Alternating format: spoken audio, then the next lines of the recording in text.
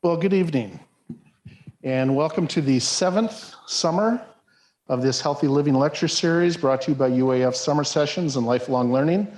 I'm Mike Powers. I'll be introducing tonight's speakers.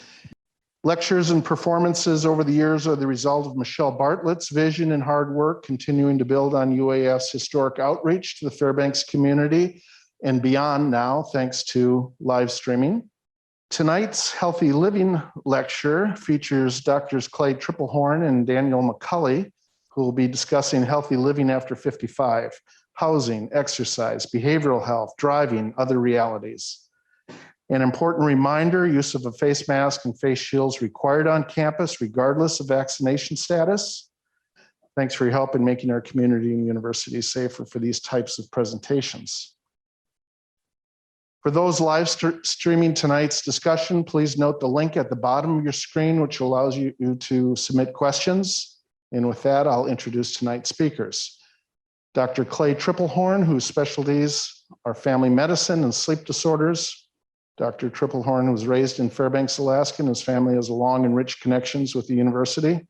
He's been a part of the Tanana Valley Clinic Family Medicine Department for the past 20 years.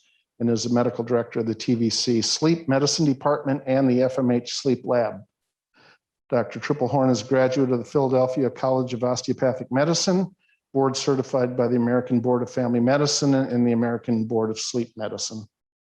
In addition to Dr. Triplehorn, Dr. Daniel McCulley will also be presenting tonight. Dr. McCulley is a graduate of the University of Washington School of Medicine, completed an internal medicine residency and was recognized for distinction in teaching at the University of Wisconsin, where he also completed a geriatric medicine fellowship. Both Dr. Triplehorn and Dr. McCulley have deep roots in the area. Clay was raised in Fairbanks. Dr. McCulley served at Eielson Air Force Base as both an emergency medical technician from 2005 to 2011 and as a medical service corps officer from 2011 to 2015. With that, please welcome Dr. Triplehorn and Dr. McCulley. All right, so thanks for coming out today. We're going to have a lecture where Dr. Triplehorn and I are going to talk about healthy living after age 55. It's kind of going to be a thumbnail sketch where we're going to try to hit the high points of some of the most important things to keep in mind as people age. We're certainly not going to be able to go in as much detail as we'd like on all these different subjects. Probably any of the things that we could talk about today, we could spend at least an hour or two discussing. So we're going to talk a little bit about why we think this is an important topic. We're going to go through how healthy lifestyle is a really important part of healthy aging. And then Clay's going to talk about the big picture for as people's function can start to decline, as things we can do to start to plan kind of that inevitable decline. And then we're going to have plenty of time for questions at the end. All right. So first concept I'd like to introduce is the concept of health span versus lifespan. So probably most of us have heard of the concept of lifespan, so how long someone may live before they pass away. Health span is a different concept where it's talking about the number of healthy years you have before you start to have functional decline based on some age-related disabilities and diseases. So these are the 10 most common causes of death in the United States. And these are also some of the most common causes of disability. So things like heart disease and lung cancer and diabetes and Alzheimer's disease. And we're going to talk about some things that you can do to plan for these things when they do happen, but also to try to decrease the risk of getting them and also delay the onset. So this is another way of looking at that health span versus lifespan. So on the top graph here, you see what kind of how normal aging is today, where you have normal aging with healthy years, but then a lot of years with age-related diseases. And optimally, what we want to do is try to maybe live a little longer, but especially to live more good years free of disease and disability. So just a quick plug, last year it looks like COVID-19 was the #3 cause of death in America. So please get vaccinated if you're not. Vaccines.gov, you can search by zip code for vaccines that are available in the area. And then the Alaska COVID vaccination site also has a lot of links to other numbers you can call. All right, and so we're going to now talk about healthy lifestyle. So this is some of the most important things you can do to try to decrease your risk of getting chronic disease. All right, so this is the group, the Lifestyle Medicine, the American College of Lifestyle Medicine, really focuses on these 6 things. And we're going to go ahead and talk about some of these things and their relevance for healthy aging.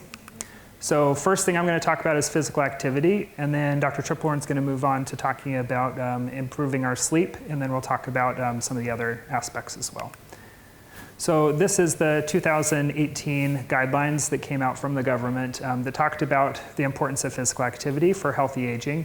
And there's so many different things that we can do when we're exercising that we're going to talk about later, but just to kind of talk about the importance of it, there's a low risk of all-cause mortality, strokes, disabilities, decreased risk of dementia and Alzheimer's disease, and a bunch of other benefits for exercising.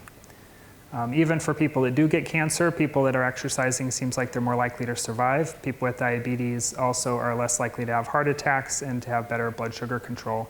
And even people that are already starting to have issues with their cognition, exercise is something that has been shown to actually improve. So this is, to me, one of the most important graphs from that paper. So what it's showing in that kind of middle range that is a decreased risk of mortality, so a decreased risk of death. So the lower the lower you are on that line, the less likely you are to pass away. So what we see is even just a little bit, even like a third or a half of the exercise recommendations, you're already starting to see a large benefit in decreasing the risk of death. So these are the official goals, and this is a good place for most people to start, is to move more and sit less.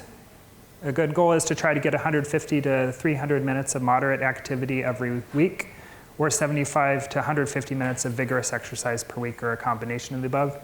And a lot of people that do exercise don't really focus on strength training, maybe as much as they could, so it's really important to try to strength train at least twice a week as well. So a question some patients ask me is, how do I know what's moderate intensity exercise? You know, if I'm sweeping around the house, does that count? So there's a couple ways that you can, while you're exercising, you can evaluate if you're in the more moderate or vigorous level of physical activity. So the first one is the talk test. So if you could sing a song comfortably, you're not in the moderate range. If you can't sing a song comfortably, but you could have a decent conversation with someone while you're exercising or doing physical activity, then you're in the moderate range.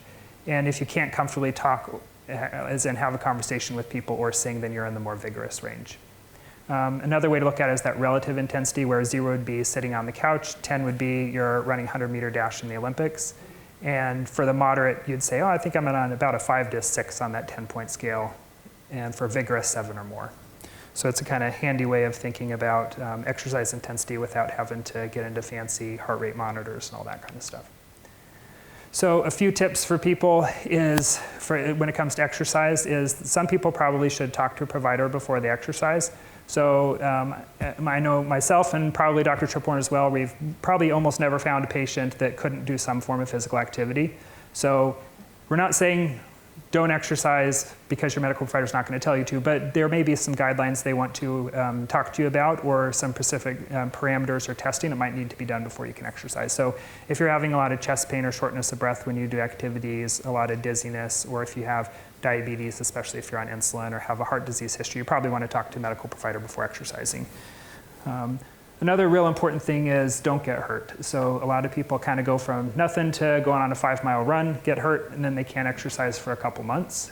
And remember that something's better than nothing. You don't have to hit even that 150-minute to 300-minute recommendation to start to have some good benefits for exercise in your life. There is also a doctor who talks about taking exercise snacks during the day, so just taking short breaks to do a couple minutes of brisk walking, or walking up a couple flights of stairs, or doing 10 push-ups. Those are things that a lot of us could incorporate during the day to get a little bit of extra activity.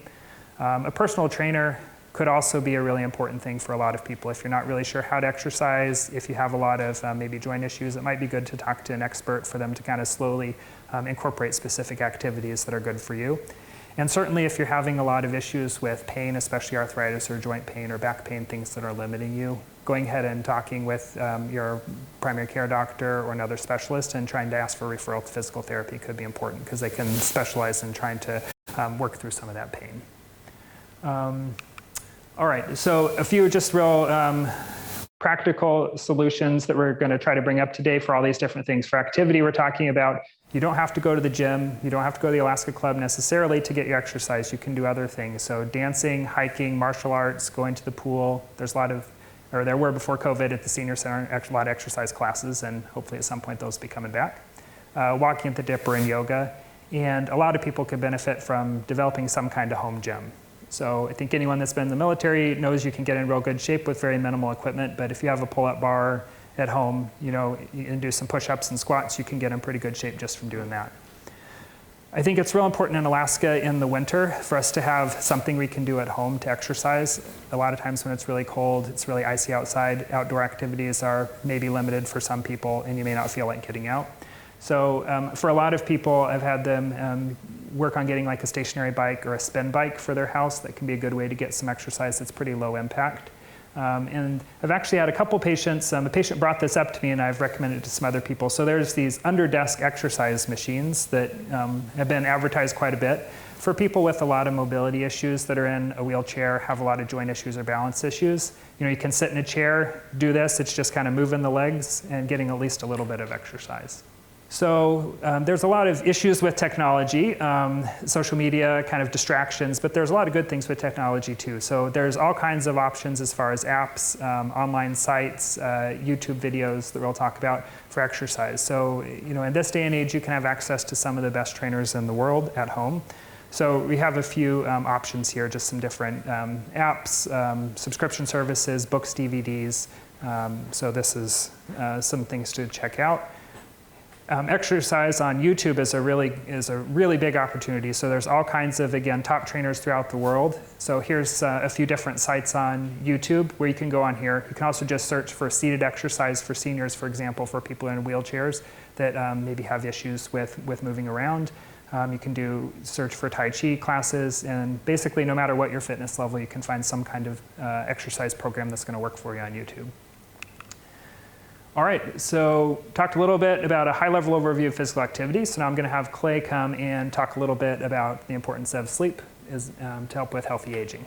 My name is Dr. Clay Triplehorn. As Mike introduced me earlier, I work in family medicine and sleep medicine, both at the hospital and Tanana Valley Clinic. I want to underscore what Dan was presenting regarding exercise. I cannot underemphasize how important exercise is. Of all the things we're talking about tonight to improve your longevity, improve your health span, exercise by far, regardless of how little intensity you're doing, is actually the most important thing you can do to actually improve your chances for living long and living well. And so spending some time thinking about that as you're getting older, how you're going to change that as your functional ability changes over time is really quite important, because it is the determinant that determines how well and how long you will live. The sleep, nutrition, and some of the other things we'll talk on tonight are also important, but exercise by far is the greatest thing you can do to actually try to improve your health. Sleep is probably the least talked about and least thought about area of emphasis. And, you're going to do it? Okay, good, excellent. And sleep is, all life and humans have evolved where sleep is a biologic imperative. Every organism on the planet, with very few exceptions, requires sleep in some form or fashion. It's required for our physiology and to maintain homeostasis. And maintain functioning throughout the lifespan. And it's a biologic requirement, and we tend to put it off to the side or minimize its importance. And what we're finding, especially in the last 3 to 5 years, with the current ability to look at things diagnostically and with using imaging and blood work, we can actually see how sleeping well versus not sleeping well impacts our physiology. So sleep, with respect to humans and all life, really is a restorative function. A lot of hormones that actually support health are secreted only during sleep, especially with if there's protein synthesis involved. Its importance with maintaining your thermoregulation, or your body's ability to maintain a temperature. You may have noticed this, for example, if you're sleep deprived, you wake up in the morning and you're kind of cold and have trouble staying warm. Sleep deprivation tends to drive the body temperature down. Your ability to control your body temperature is less. It's obviously important in terms of energy conservation. Our immune function is also very dependent on how well or how poorly you sleep. For example, If you are sleep deprived, your response to the flu vaccine that you get every year is less. And there are those of us that would suggest that if you're sleep deprived, say if you came in on the late night flight, that probably that morning is not the morning to run and get your COVID shot or your flu vaccine. If you're sleep deprived for any reason, your immune response is going to be blunted. Sleep is also very important with respect to memory consolidation and also in terms of learning. A lot of the areas of the brain that are in charge of learning and consolidating memory are impaired, specifically if you're sleep deprived. Emotional regulation, very similar. The areas that control our memory are also very much close to, in proximity to the areas that control our emotion in the brain. And if you're sleep deprived, your ability to emotionally remain balanced and regulated are impaired. And life experience has taught you this. All of you, I'm sure, have experienced that. The interesting thing, the bottom thing is called the glymphatic system, which is a newly described pump in the brain that occurs only at nighttime. And it only has recently been described in the last 3 to 5 years. Basically, during the daytime, the brain accumulates metabolic byproducts and they build up over the day. And then at nighttime, if you get into deep sleep, stage 3 or stage 4 sleep, the channels open up inside the brain tissue. I may have a picture, Dan. We'll get to it in a minute. Anyway, these channels open up and they basically flush out these metabolic byproducts, especially tau protein and beta amyloid, which are associated with Alzheimer's disease. So if you're sleeping poorly for any reason, shift work, staying up at night watching Netflix, having trouble with insomnia, you could be attaining higher levels of these proteins and may actually be increasing your risk for dementia and cognitive decline. Next slide. All right, so in terms of what humans need for sleep, it's a pretty fixed number right now. The window has gotten narrower and narrower as we've gotten epidemiologic studies to look at how much sleep humans need. It's 7 to 8 hours, almost without exception, in terms of what the human brain requires to stay healthy. Sleep deprivation, to be sleep deprived, it actually starts with as little as 30 minutes off the target sleep time. So 6.5 hours seems like a lot in today's society, but it actually is not enough, and you would potentially be exposing yourself to health risk from sleep deprivation. To catch up on if you're sleep deprived is, it takes 3 to 4 days. So this is a little bit like taxes. It's easy to get behind and very hard to catch up. So if you think about it like, oh yeah, I'm getting 6.5 hours of sleep during the work week, you're progressively becoming more sleep deprived. If you want to catch up, again, it takes 3 to 4 days. A weekend is not going to do it. So it's important to stay on top of this. And the cumulative effect is oftentimes underestimated. The last point is circadian timing of sleep. So the timing of sleep when you naturally feel you sleep your best in a 24-hour period is very individual. I'm an early night, early wake up person. So I'm what they would call a lark. So I would go to bed about 8:30, 9 o'clock, and then wake up generally on my own without any help 4:30 in the morning. Whereas my wife, for example, she'll go to bed at midnight, 1 o'clock, and she'll wake up a little bit later. That's just the natural timing of it, and it's an internal clock that we all have. So sleep, just very functionally speaking, has direct impact on your daily experience. So with respect to athletic and physical performance, your ability to learn a new physical skill. So say, for example, you've had an injury or a stroke, and you're trying to recover to relearn the skill that you lost. Or if you're trying to learn a new skill, like learning how to needlepoint or something like that, your ability to learn a muscle memory task, where you're learning a new motion or new skill from a muscle viewpoint, it's impaired if you're sleep deprived. So your ability to learn that new task is impaired. So patients that are in physical therapy and rehab recovering from various illnesses and ailments, they're impaired if they're sleep deprived. There's decrease in muscle strength, decreased reaction time, decreased accuracy. There's a reduction in glucose metabolism, which affects your endurance. a reduction in time to exhaustion, and then your ability to recover from a intense exercise is diminished and takes longer if you're sleep deprived. In terms of cognitive, we touched on that a little bit earlier. Definitely with sleep deprivation, a pretty quick decline in short-term memory and your ability to learn new tasks. That happens pretty quickly with any level of sleep deprivation. There's a decreased ability to make split-second decisions. Your ethics, your ability to make moral decisions actually is very impaired if you're sleep deprived. And they've looked at this in soldiers in the Middle East as well as in police officers. So the ability to make a decision whether you're going to shoot somebody or not, it has those kind of implications. So like if you're thinking about a police force and you're going to have them on shift work, if you sleep deprive them, you may run into more unpleasant incidents than you would want. There's a lot of emotional ability. We touched on that in terms of your ability to regulate your emotions if you're sleep deprived. All right. If you look at sleep duration and mortality, the figure on your left, I was just telling you, like if you look at just all-cause mortality, dying from anything, pretty steep curve, and you can see the lowest risk is between 7 and 8 hours. And so the reasons, and so it's not likely that the sleep deprivation itself is causing the mortality risk. It's the underlying condition that's causing you to sleep more or less that's driving the risk up. But it's a pretty steep curve.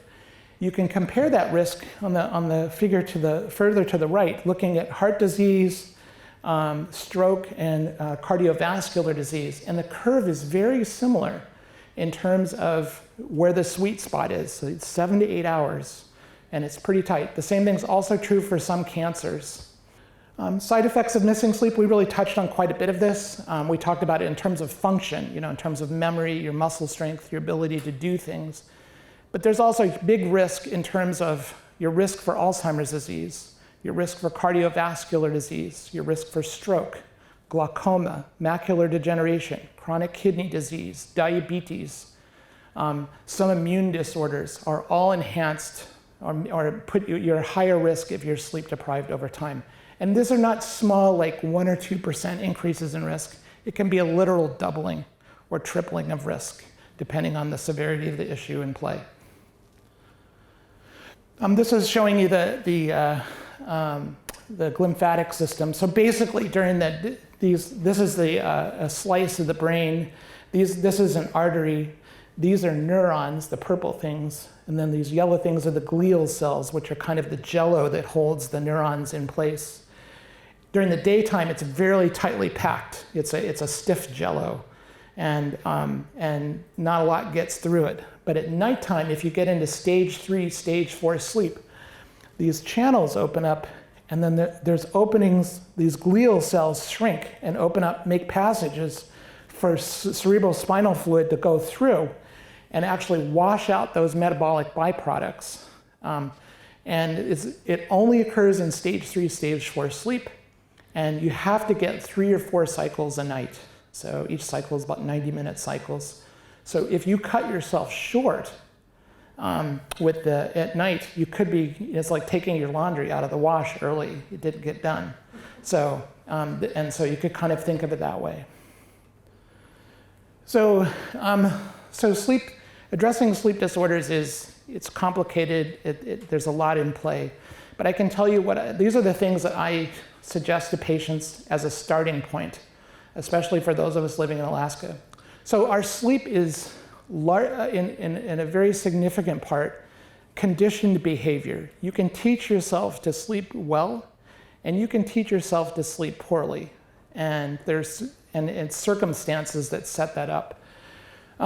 So the more consistent the environment is in the evening time, and the more consistent you are with the timing for winding down and preparing for bed, the better off you're going to be. And if you really stick to the pattern, that is helpful. Things that often come into play, especially in today's society, digital media. Digital media can actually interfere with your ability to fall asleep because it blocks melatonin. The blue spectrum light, the 480 nanometer light, actually blocks blue light, which interferes with how melatonin triggers the normal chemical cascade that allows us to fall asleep. I really try to get people to avoid digital media about an hour, hour and a half prior to bedtime. Low lighting, same kind of reason. If you're going to be outside or if you have to be on the computer at night, you just can't resist.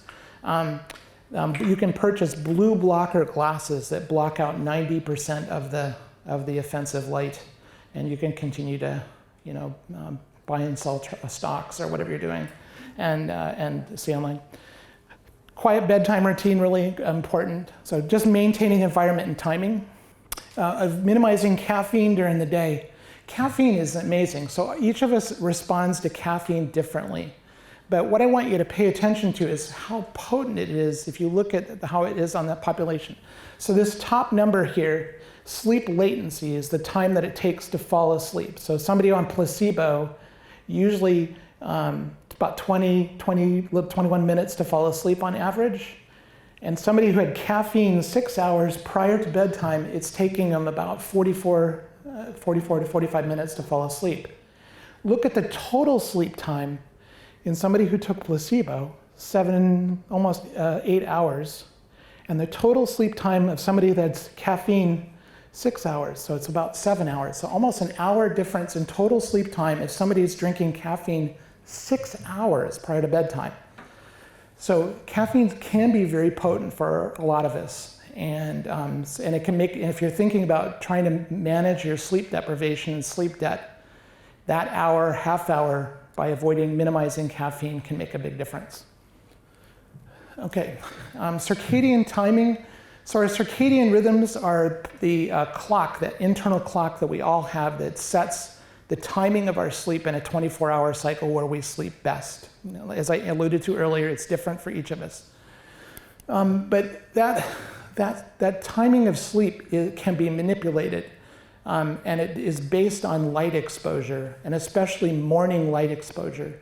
And as many of you may have noticed, there's not a lot of light around here 2/3 of the year. And so what happens is our circadian timing ends up free running a little bit. And because there's nothing to synchronize the timing of your sleep every morning.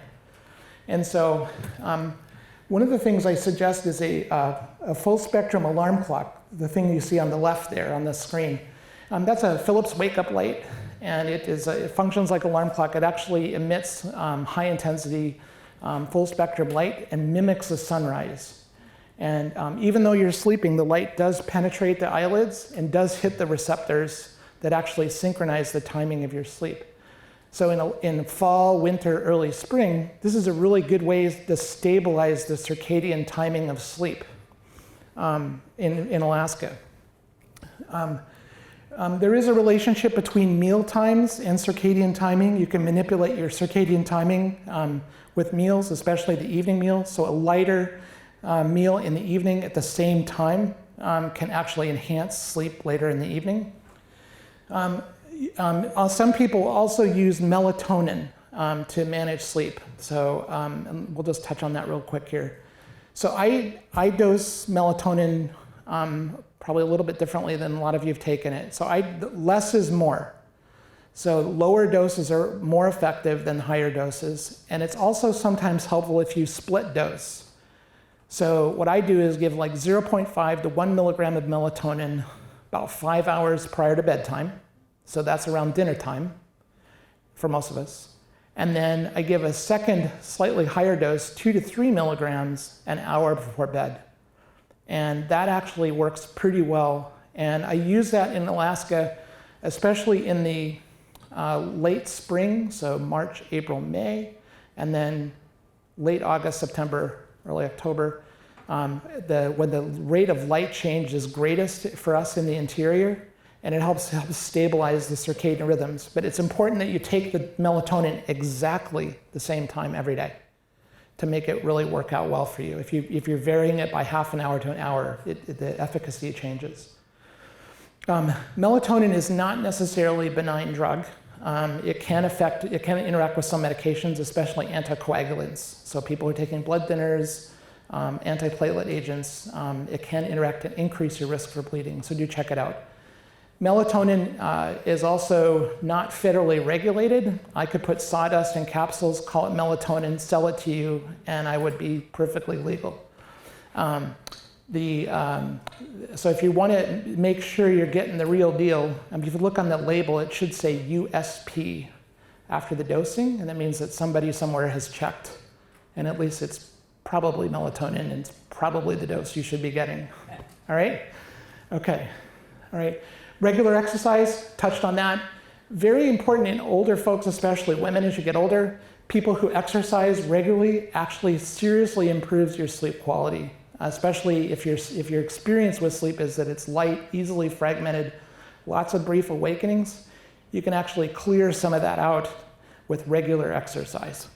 Moderation of alcohol use. Alcohol is a mixed blessing. It will relax you, help you fall asleep. It will seriously fragment your sleep and interrupt the normal sleep cycle at nighttime. So although it feels like the right thing to do at bedtime or with dinner, it actually can interfere with the sleep pretty substantially. So I'll just use myself for an example. So if I have a glass, 1 or 2 glasses of wine after 7 o'clock, for example, usually the next morning, like 3, 4 o'clock, I start waking up earlier than I anticipated, and the sleep is not quite as good. And I'm not 1 or 2 glasses of wine is nothing, but it does impact sleep greatly.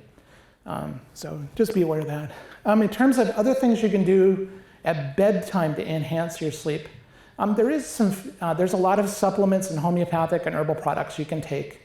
The best out there in terms of what's researched, shown to be a benefit, and is probably of reasonable efficacy, and at low risk is chamomile tea.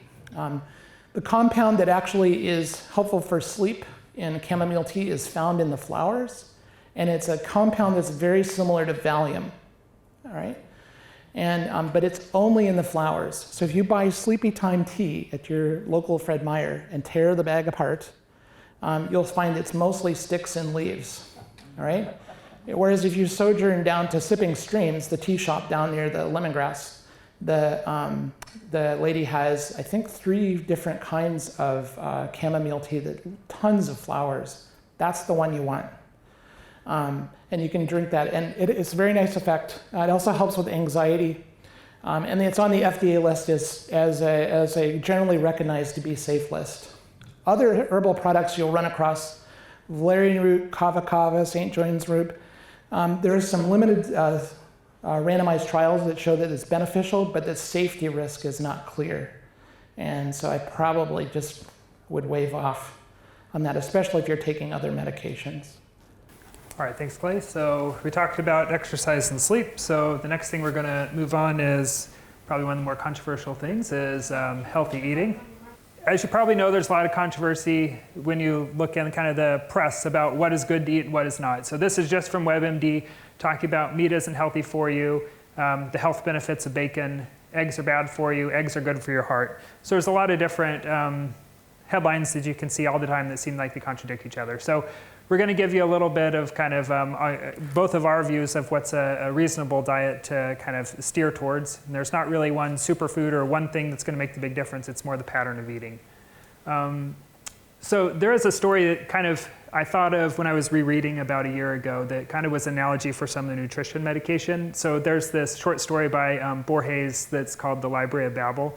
And maybe some people have read it. I hear a couple chuckles out there. It's a pretty funny story, kind of a philosophical story, but in this universe, the universe is made up of a library with a near infinite number of books with every combination of letters. And so it's an infinite number of 410-page books. And people are just trying to find the answers to life, some people by reading the books, because there must be some book out there randomly that actually does tell the truth about the universe and about life. And sometimes you feel like that when you're trying to read all the nutrition literature. Everything seems to contradict each other. Is there one study out there that says the right thing?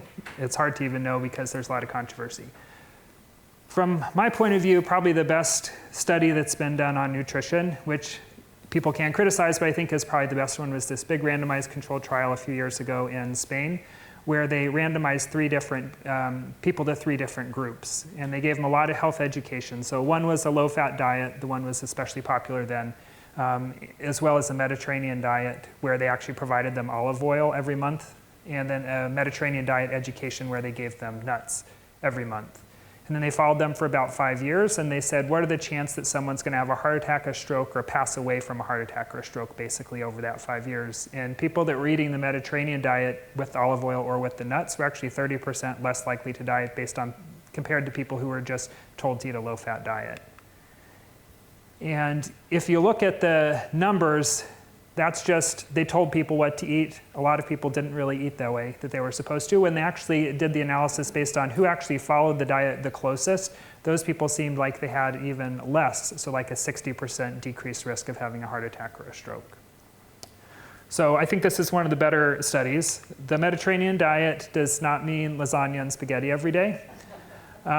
Maybe unfortunately. What they talked about was olive oil, grains, whole grains, fish, some leaner meats, wines for people that were drinking but not drinking too much, and eating less of things like processed foods and soda and things like that. There's actually a diet that's similar, so it's called the MIND diet, and the researchers in this group, they looked at the evidence for what helps prevent dementia, and they kind of designed a diet that picked the things from the DASH diet, which is good for blood pressure, and also the Mediterranean diet, which again seems especially good for the heart. And they came up with some recommendations for 10 foods to eat more of and 5 foods to eat less of with some specific goals. And what they did is they surveyed a bunch of people and said, how good are you, or how close are you to eating like this? Gave them scores. And then they followed them for about 6 years, and they said, what's your risk of getting Alzheimer's disease in the next 6 years based on what you're eating? And people that were doing a really good job, like eating, like doing 12 of these 15 things, actually had more than a 50% lower risk of getting Alzheimer's compared to people that weren't eating that way. They also looked at people that didn't get Alzheimer's disease and they did a bunch of memory testing, and people that were eating more this way seemed like they had less decline on their memory testing over 6 years compared to people that were not doing many of these things. So if you look at the Mediterranean diet or the MIND diet, they both bring up some animal products. And I don't want to demonize animal products from a nutrition point of view and say they're the worst thing in the world and everyone has to be 100% vegan all the time. But I do think you don't need that to be healthy. And the more plants, vegetables, beans, whole grains, nuts that you're eating, and the less animal products that you're eating, so you're actually replacing it with those healthy things, the better off you'd be. So we have a few practical tips here. Try to focus on foods that have fiber in them, eat more fiber. One thing that a lot of Americans do is they have a lot of issues with soda, alcohol, and other kind of things beverages that have a lot of sugar in them. So really you should be trying to limit most of your calories from sugar, especially in things like drinks. Gatorade even is another one that has a lot of sugar. So if you're not running a marathon, you probably don't need it. So eat mostly foods that your grandparents would recognize. The more processed foods are kind of something to stay away from. And just because something's labeled vegan or paleo organic doesn't mean it's healthy. You see organic ice cream sandwiches, doesn't mean it's any healthier than the regular ice cream sandwich. Mountain Dew is a vegan food. I saw something that was talking about paleo and keto friendly on fried pork skins. So just because it's on the label doesn't mean it's healthy. So again, this is being recorded, so if you want to go back and look at this in more detail, you'll be able to. But there are some recipe sites here. There's all kinds of great recipe sites all over the internet. Here's a few that my wife likes, and then also Clay put in a couple as well. So these are some things, if you want to talk about eating a more plant-based diet, these are a good place to start. Have a few references to a couple cookbooks. These are mostly vegan or vegetarian cookbooks, and these are more omnivore with some different kinds of things in it. All right, so we're going to briefly talk about risky substances. So tobacco is one. I'm sure everyone knows we recommend against smoking. If you're having issues with smoking, please talk to your provider. It is something that can really take years off your life and take years off that health span we talked about as well. We both have a lot of patients with really severe COPD due to smoking, and can end up causing a really big decrease in function for many years. Also increases your risk of heart attack and other kinds of cancers beyond just lung cancers as well. Alcohol, so a little may be good. That's a little bit controversial. How much is a little bit? So no more than 2 a day for men, no more than 1 a day for women is the official guidelines. If you look at the studies, it might be a little controversial over exactly how much is too much and if 1 a day is any better than none a day. But what I would say is less is probably better. And a lot of the health benefits that touted about like red wine, you can probably get without the alcohol, but there's low alcohol or no alcohol wine, there's low alcohol or no alcohol beer, and those things may be, especially if you're having a few a day, replacing some of those with those options might be better. Cannabis, big issue in Alaska. When I came back up here from Wisconsin, I was just very surprised the number of patients that are using cannabis products quite frequently, 6 times a day even. It's a little hard to know what to say about cannabis because it's not been studied very well, especially in older adults. So that's unfortunate, and I'm hoping that we'll get a lot more good studies in the coming years. Based on the studies on younger people, I do think we could have some concerns with really regular use and some cognition. So for people that are using cannabis multiple times per day, I think, I at least personally have seen a lot of people that I'm seeing for doing memory consults, and I feel like at least the cannabis is probably contributing somewhat to memory issues. So is it the worst thing in the world for the brain if you're doing it occasionally? Probably not. If you're doing it really all the time, I think there may be some cognitive concerns, certainly issues with fatigue during the day, increasing the risk of falls, sometimes causing some sleep issues or anxiety issues as well for some people. So one of the things when you look at the lifestyle medicine, so those 6 things to try to live better and live healthier, that they don't really talk about under the risky substances is actually prescription or over-the-counter medications. So doctors prescribe a lot of things that actually can have a lot of side effects, especially as people get older. And just because you can buy it in the grocery store doesn't mean it's healthy either. So as people get older, medications can cross the blood-brain barrier, so this kind of tight fence that's around the brain to help filter out toxins and other medications and things. So more of those can get into the brain and cause more side effects. So some of the big things we think about is what we call anticholinergic medications. So there is a medication that we sometimes give for people with dementia to try to help a little bit with the symptoms. One in that class is called donepezil. And the way it works is by increasing a signal in the brain called acetylcholine. There's a lot of medications that you can either be prescribed or buy over the counter that actually decrease that same signal in the brain. So it's doing the exact opposite of what a medication we might use for dementia would be doing. So that's things like Benadryl, some allergy medications, most of the over-the-counter sleep medications that have PM in it, some antidepressants, a couple of them, and a lot of the bladder medications as well. A lot of the sleep medications are also things that we start to worry about as people get a little bit older. There's some correlations, at least with falls and confusion and falls with hip fractures, dementia for some of these medications. So less is better, and they're really more intended for kind of short-term use rather than really long-term use for most people. Other potentially risky medications for older people could include opioids, benzodiazepines that are used a lot for anxiety, things like gabapentin and pregabalin at real high doses, especially in people with renal issues, with some kidney issues, may have a hard time with those medications, and a lot of muscle relaxants too. So certainly not saying all these medications should never be used for anyone, but most of them are on a list that the geriatricians use called the Beers list, named after a doctor whose name was Beers, not after the drink. That kind of says these are medications we really should try to avoid for most older people, or at least really think carefully before we use them. All right, the next kind of section we're going to lump together more kind of behavioral health, or thinking about stress and kind of having meaning in your life. So again, there's a whole lot we could say about this issue. We could spend an hour or two just on this, but really we know that people with anxiety and depression, or especially in more middle-aged life, seem like they have higher risk of getting dementia later on. So prioritize mental health, try to focus on getting help if you need it. Find ways to deal with negative stress, and that's really different for everyone. You know, it's not just meditation, it could be connecting with friends, finding meaningful activities, volunteering. And really, I want people to kind of keep in mind, once you're becoming less active as you retire, you should still have some stress in your life, some positive stress, some things that are maybe difficult or challenging you physically or mentally. That's really important to still have a goal or something that you're trying to accomplish in your life.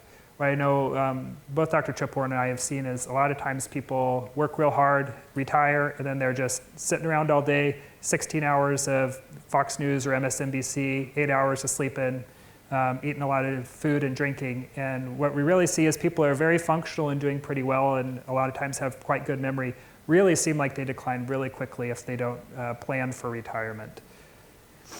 And then the other thing that's really important is having meaning and purpose in your life. So a couple quotes here from Viktor Frankl, who's just talking about how important it is. So it's a wonderful book, a Holocaust survivor who talked about his experience in the camps, and then also kind of his view as a psychiatrist about the importance of having meaning in your life. So I think this is one of the most important things that people need to think about as they get close to retire, as they retire, and kind of in those years, is there really needs to be some kind of purpose in your life beyond watching TV.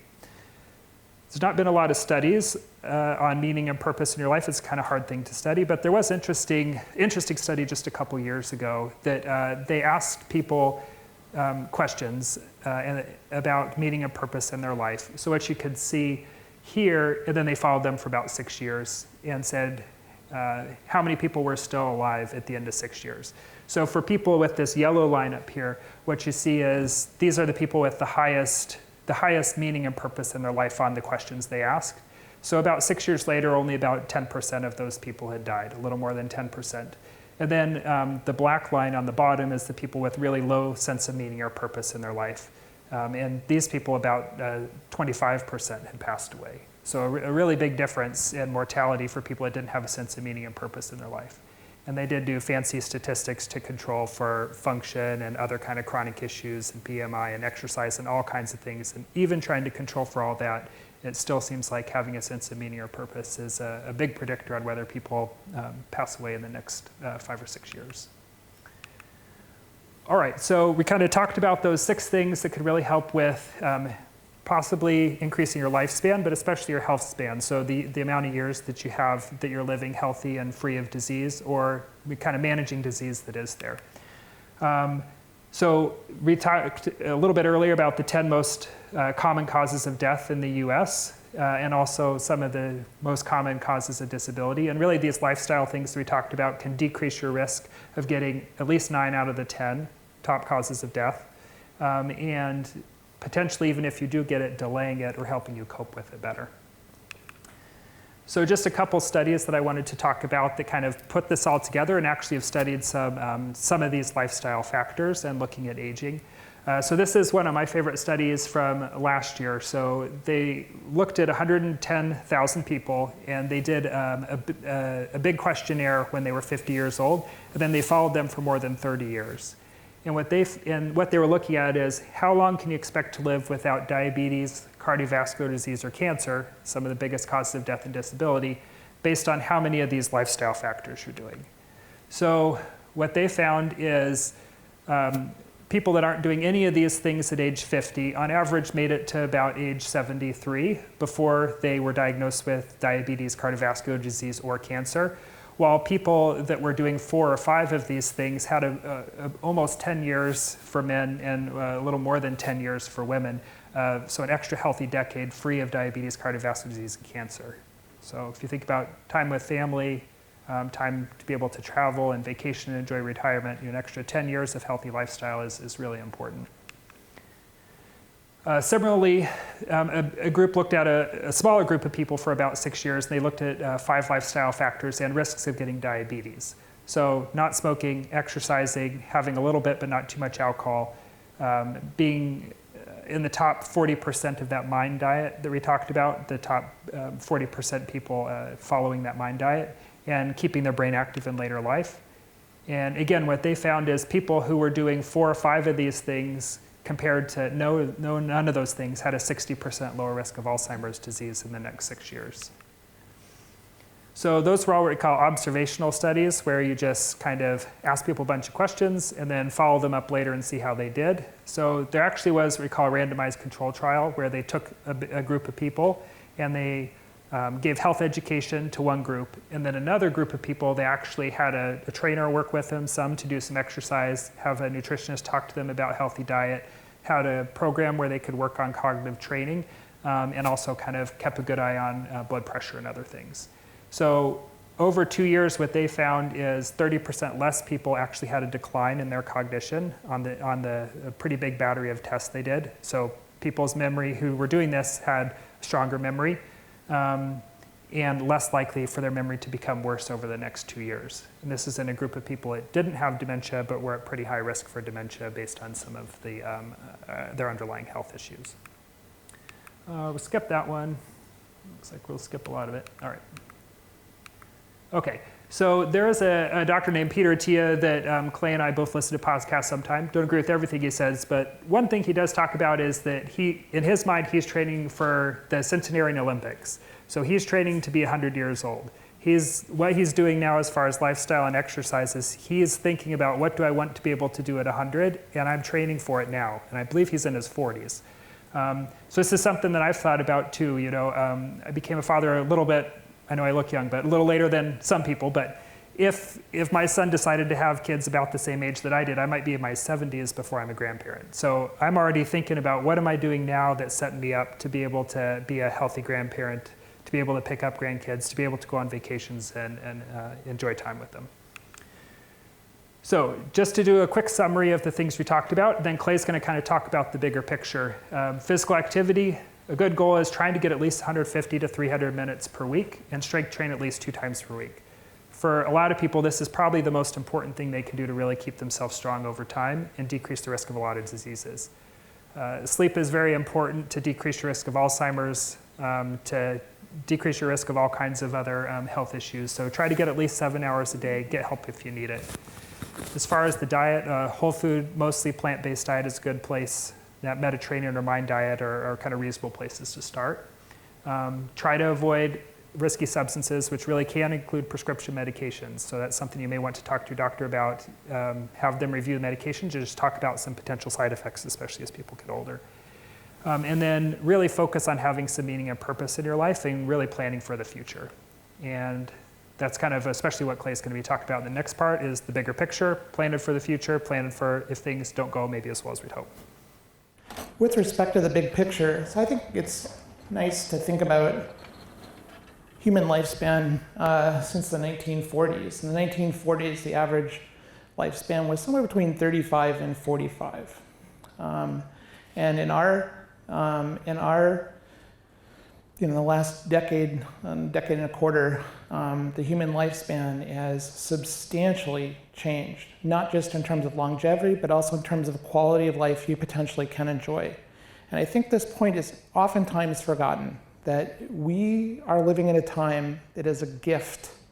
You have the opportunity to live an extra life. And for me, that is the big picture. And the currency that you have to play on the table of life is your time. And how are you going to use your time wisely so that you get the most out of life? That you're, what is it? Robin Williams said in The Dead Poets Society, sucking the marrow from life. I like that. But how are you going to spend your time doing this? And the good news is, if you look at happiness and what sense of well-being as we get older, this is a study that looked at aging and sense of well-being. And for most of us, after about age 58, most of us in general are going to feel better about life as we get older. But there are things you can do to actually squeeze the lemon, if you will, and actually get the most out of it. Go ahead. And what I'm suggesting is actively seeking and practicing a purposeful life experience. Spending time thinking about and educating yourself on the things we were talking about this evening. It's super, super important. And as Dan alluded to earlier, his practice, my wife's practice, my practice, I have lived in Fairbanks most of my life, and I have known a lot of people in Fairbanks a long time. And it's amazing to me to watch how people change after they retire. Super go-getter, super successful, go, run, getting a lot. And then they retire, and the foot comes off the gas. And it just makes, and for some of people I've watched, is it's almost like they're just waiting for the clock to run out. And I see it, it's sad, and it's a missed opportunity. And I think that for a lot of us, we, including myself, haven't really thought about what life looks like in the last third of whatever life I have. So I want to spend a long time talking about that. So, and I think that a lot of these efforts are tied to life purpose and what gives you meaning. And there's a Japanese poet that actually touches on the 3 questions that actually can help give you meaning. What's important to you and why? What are you good at? And how could the world be improved if you did whatever that is? And that's a really good place to start to help you find meaning. If you want to delve into that a little bit more, the thing that I've done personally and that I'm suggesting to my patients is this Designing Your Life series that comes from a group of Stanford professors that actually mentor students as they move through college at Stanford. And the thing I find, I think that the same questions they're asking young people as they're entering their professional careers are the same questions that we can ask of ourselves after age 45 or age 50. What makes you happy? What gives you a sense of contribution? And what does that look like at 45, 50, 65, 75, 90? And how does that change? If you're finding you'd like to delve into those ideas a little bit more, this series is good. The workbook and the book are good. There's also a very nice TED Talk, Designing Your Life, by Bill Burnett. And it's also a very enjoyable listen, just to touch on that. And I think it's worth spending time, for some people more than others, on this kind of idea. Of all the things we've touched on, if you look at the long-term data, like what really matters in terms of longevity, the number one thing in terms of all-cause mortality is socialization. Having friends, acquaintances, expanding your social network. That is the number one determinant of how you will do, all right?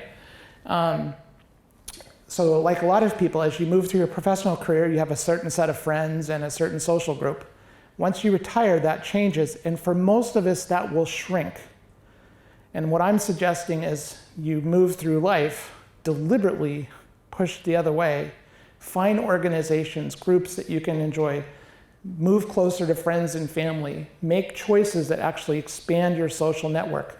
Because if you look at all-cause mortality, even after everything we talked about this evening, this is the number one thing, all right? So really trying to avoid becoming a hermit. It's not a good idea. And I will tell you just anecdotally, I've seen it in practice. The people that are more isolated don't do as well. Physical activity and lifestyle, we've really touched on that. Healthy diet, we've touched on that. Plant-based emphasis, that actually, you don't have to become a vegan. There's actually incremental benefit. If you're eating 20% more plants per week, there's incremental benefit to your health. Adequate quality of sleep, addressing chronic conditions, regular health exams, touch base with your doctor. All right. Now, here's the point one of the points I want to bring home. So your needs, so what you like and what brings you pleasure in life likely is not going to change as you get older. Those things are probably going to remain the same. Your ability to do those things, though, is going to change. And so I like to think about the last third of my life in thirds. So the first 2/3 of life are really this first set here. I'm getting older, getting a little grayer, a little pudgier, but still able to do most things that I want to do. I've got my faculties about me. I don't need any assistance. But I know that at some point, hopefully later, I'll start needing some assistance, people checking in on me a little bit. And so my ability to do things I want to do is going to change. How can I continue to enjoy those things as my function changes over time? And I think it's really important to think about this and plan ahead, and it's really tangible ways. Go ahead. So finances, when we think about retirement, finance is the first thing that floats to the surface that people worry and fuss over. Most of you, competent adults, you probably are attending to these kind of things. I worry about the younger generation because only 30% of them is saving for retirement, but finances usually is something that's already been thought about. A couple thoughts in terms of finances. I would definitely have a durable power of attorney in addition to a living will. Durable power of attorney gives a loved one or a close friend the ability to help you with your business stuff if you have the inability, if you're not able to speak for yourself. So this includes after your death, all right? So I've had a couple wives whose husbands who passed away. The husband was managing the finances. There's no durable power of attorney. Now she can't pay the bills or take care of them because everything's put away until the estate clears. So having a durable power of attorney is super important. Okay, location. Touching on the things. So where are you going to live as you move through the various thirds of life? So certainly right now, I for the time being am going to be here. Because I'm able to be here, I can drive myself, I can do my own thing. But at some point, I'm not going to be able to drive myself to the grocery store or up to the concert hall to watch a concert. And is Fairbanks necessarily the best place for me to maintain access for socialization, access for support, continue to be active, and access to healthcare? Because Fairbanks, for some of us, may not be the best choice. And it may be better to think about what that looks like down the road and plan for it ahead. End of life issues, always a big issue. Very important to know death and dying and life without you on the planet is not something that's pleasant. Nobody wants to talk about it. But the more the conversation is around that and the more clear you are on your expectations as you get older, the easier it is on your loved ones and on yourself as you get older, because you've talked about it. People know what you want, what you expect, and it just makes the whole process easier if these things have been planned and discussed. So again, living will, durable power of attorney, and just having a regular will, just allocating assets once you pass away. Having these conversations ahead really, really helps. And we almost weekly see where this is not discussed. This kind of level of planning in the last third of life is not discussed. Huge, huge source of conflict for family and patients. And just having conversations about what to do as you get older, having conversations about end of life issues really takes the elephant out of the room. Because it is the elephant in the room in most of the time. Families, they want to have a pleasant Christmas, but they don't want to talk about, so Dad, what are you going to do when you can't drive? Or when are you going to stop driving? I would always suggest that you have a plan A. So all of us in our heads have a plan, like, this is how I visualize my life trajectory. And but life is not fair, and life is not always what we expect, for the better or for the worse. And having a plan B that you've thought about and talked about with your family can seriously help you out, because you may need the plan B sooner than you think. If you've got it, if you've walked through it with your family, again, it takes the elephant out of the room, it takes the sting, some of the sting out of the experience. And it's not a question of if, it's when.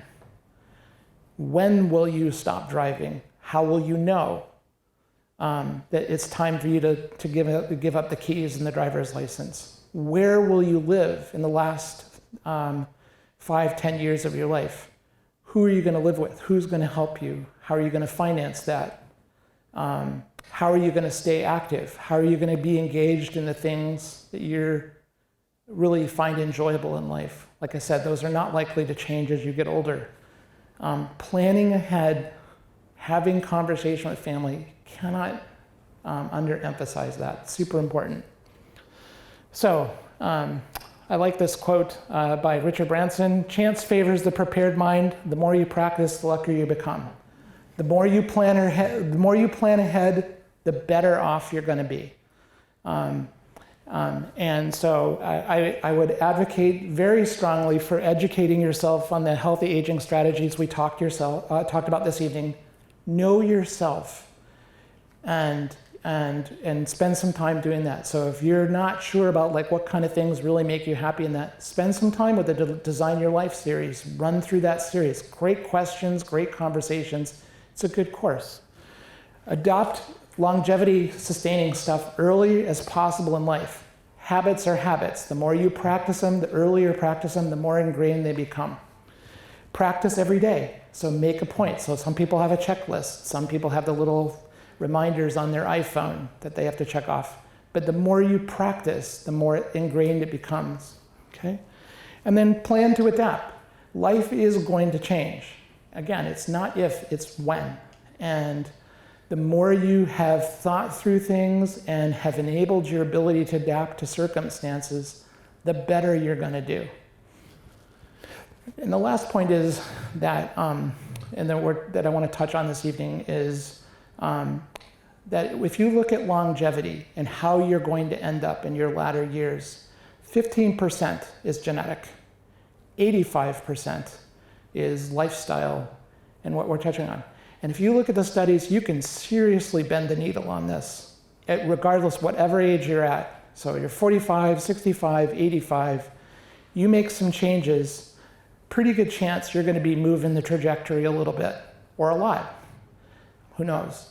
But the point is that it's not, the fates aren't cast in the genetics of things. The fates are cast in what your behaviors are in terms of the likelihood. And if you were betting in Las Vegas, these would be good odds.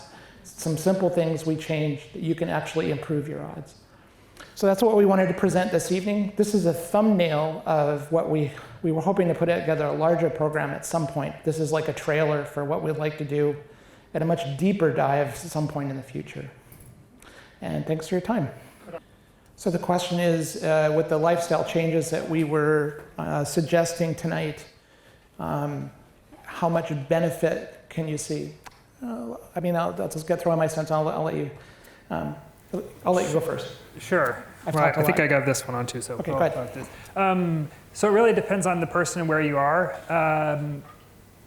And it kind of depends. So it really depends. So if you look at the one study we talked about where they randomized the group of people and said how likely is your cognition to decline over the next 2 years. So it was a pretty big benefit in only a couple years, and most of those people are already in their 70s or 80s. So we were already seeing, those weren't people in their 40s.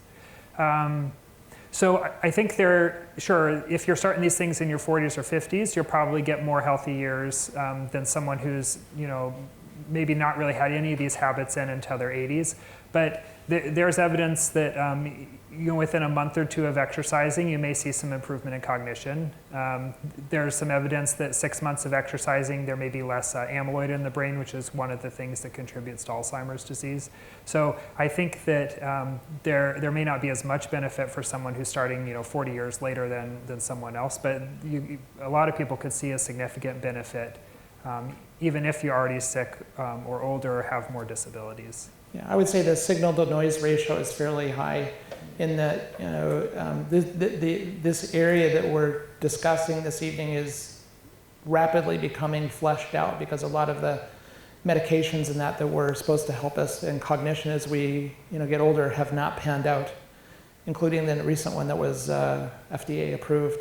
And so the emphasis really is on lifestyle. And so the studies like this that Dan was just referring to are just coming out, so we don't really know. But there's enough filtering through the noise. There's enough anecdotal stuff, observational stuff by Dr.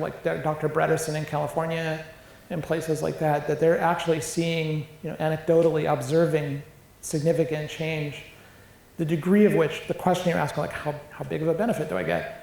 I don't think we really know yet, but there's enough noise, there's enough signal out there that something is up that it's likely that you can bend the needle. Okay, so CBD, I can answer CBD with respect to sleep. I'll let you hit the big picture first. Sure, so that's a tough one. Again, there's not been as much research as I'd have liked to see. I have a lot of patients that have tried it. I've had some that feel like it's caused a lot of sedation during the day, probably contributed to falls, made them more confused. I've had other people that felt like it was a miracle and they stopped taking opioids because it helped so much with their pain. So it's kind of been all over the place, and I think it probably depends on what you get and what concentration it is and how you're taking it. So there really hasn't been a lot of studies, and just from talking anecdotally to patients, I've kind of had all kinds of different opinions on that. I'd much rather have people do a CBD than use cannabis with the THC in it. Yeah, for sure. Yeah. Yeah. With respect to so sleep, the data is not really super clear yet. There is some suggestion in the sleep literature that CBD might have some benefit with respect to sleep, but again, we don't have a lot of studies out there to show us. And again, as Dan alluded to, you buy your cannabis on one end of Fairbanks and you check it with another end of Fairbanks, and you could be getting 2 different concentrations. And we don't really know what are the differences between the different blends, and there's a lot we don't know. But again, there's anecdotal stuff that some people are finding benefit, some aren't. We just can't tell. The signal noise ratio is really hard to sort out what's going on. Okay, this question is impact of fasting on longevity and health, correct? I'll leave that one to you, Dan. Okay, it's a real controversial one. Again, there's a lot of really interesting studies going on right now. I know there's at least 2 studies that I know of. They're looking at different fasting regimens for helping to treat Alzheimer's disease. Those are supposed to be finishing, I think, the next couple of years, so I'll be interested to see. There's not been a lot of studies, especially for older people that I'm aware of, on fasting. There's a lot of basic science that would, in animal models that would think that fasting for certain periods of time may be quite good. There's a lot of variation in what that means. I know some people anecdotally have found if they're doing a whole bunch of fasting that they may lose some muscle mass as well, which wouldn't be good as you get older. So I think it's a very promising area. I think if you're talking about the more time-restricted eating, where you're saying, I'm only going to eat for 12 hours in a 12-hour period, I think that's probably really good, or a 16-hour period for a lot of people. You're not, having snack before bed, eating as soon as you get up. That may certainly be good. If you're talking about the more extreme things where people are, doing a total water fast 4 days out of every month, I think then we're really kind of unsure. Yeah, and there's a big difference between timed eating and fasting. And in the literature, there's quite a bit of difference in what people call a fast or what somebody calls timed eating. And it gets confusing because those terms get thrown around a lot, but there's some very specific definitions. If you're interested and you really want to drill down on fasting and that kind of thing, the podcast, The Drive with Peter Attia, A-T-T-I-A, is a pretty detailed approach. He's a little bit biased. His bias is towards fasting and time eating, but the definitions and some of the biochemistry and that kind of thing he does cover pretty nicely. Next question. Okay, so the question is pain and sleep quality. It's a problem, and so I was just in a big auto accident myself. I had a surgery and recovered for a while, and definitely pain was a factor. I'll let you pitch in as well, but it's not an easy problem, right? So I can tell you. So the things that I've been doing that I have found helpful for myself, but also from people that, in my case, I don't want to take narcotics for obviously the addiction reasons. It doesn't take much to get you hooked, and everybody's vulnerable. The second thing is I don't like how I feel on them. I just don't like them. So when I was recovering from this significant accident, a fair amount of pain at nighttime, the trick that I've been using is there's an 8-hour preparation of Tylenol that's now available that Dr. Steiner told me about shortly after it came out. And I was like, oh, Tylenol, that's not going to really work. But Charlie was fairly insistent. Those of you that know Charlie know what I'm talking about. And it was amazing. I actually was able to sleep through the night, and it did help. And so it's just the formulation was such that the single tablet was helpful. The other thing that I found helpful for myself and patients is sometimes not the topical or the oral anti-inflammatories, but the topical ketoprofen has been helpful.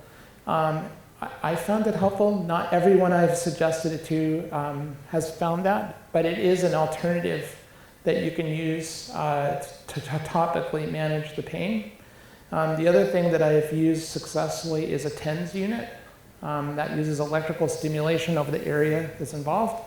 And that actually was also helpful. And I did that in the evenings, and I found that really helpful.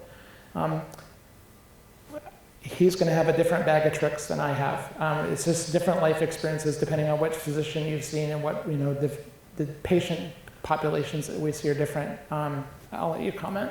Sure. So, What are you gonna? yeah, there's a lot of different options. I'd agree with Dr. Triplehorn. A lot of times Tylenol is for older people especially is a safe medication to start with. It's not that Tylenol itself is bad, but that Tylenol PM, it's what the PM part is, they're using adding basically Benadryl. So it's just kind of knocking you out, not giving you good natural restful sleep, just making you, basically it's the same thing as kind of, for some people like drinking a couple drinks before and just kind of knocking you out, but it's not getting good healthy sleep. So Tylenol itself or Advil itself for people that can take it can be good medications. There's a topical anti-inflammatory called diclofenac or Voltaren, which sometimes they use, especially on joints. There is a pretty good amount of evidence that people that are more active can have less joint pain if you do it right. So that again would be a reason to maybe talk to your PCP about getting referral to like a physical therapist. If you can strengthen muscles and ligaments around joints, a lot of times that can help with joint pain. And there is some evidence as well about just decreasing inflammation overall in the body being a little bit helpful for pain. So the exercise, sleeping well, and especially eating healthy, that more Mediterranean or whole food plant-based diet can decrease some inflammation in the body and can be helpful. Yeah, and then there are other prescription medications that may be appropriate for certain people. There's some antidepressants that can also help with pain. There are some of the medications that we talked about that are maybe we want to avoid in real high doses, maybe could be helpful for some people in lower doses especially. Yeah, so the question has to do with indigenous peoples and basically non-white affluent first world populations, the difference between first and third world countries, and the differences in how they would approach healthcare problems such as pain at nighttime or difficulty sleeping and how those are different. So